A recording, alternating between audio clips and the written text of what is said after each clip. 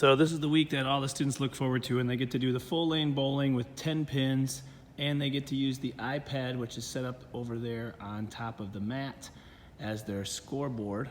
So I'm gonna walk you through a little bit how it works. So the kids are gonna come in here. Obviously we got our setup here up on the screen. I'm gonna talk a little bit about the rotation, which we've practiced last week. So if they have 3 people in their group, they know the rotation. If they start with the bowler, after they bowl, they go do the score, and after the score, they're gonna be in charge of the pins. And then when they're done with the second shot, they'll bring the ball back up to the front and be the bowler. And if they have 4 people, they'll just have the pin setter and ball returner as separate jobs.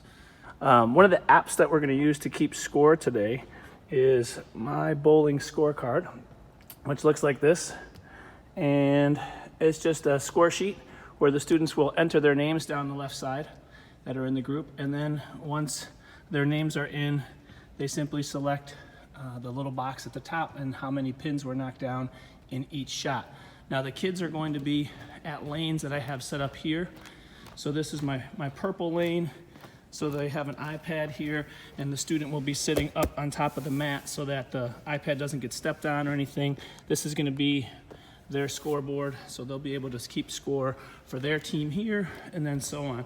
So we have the blue one here set up for the blue lane, and the green one for the green lane, and so on.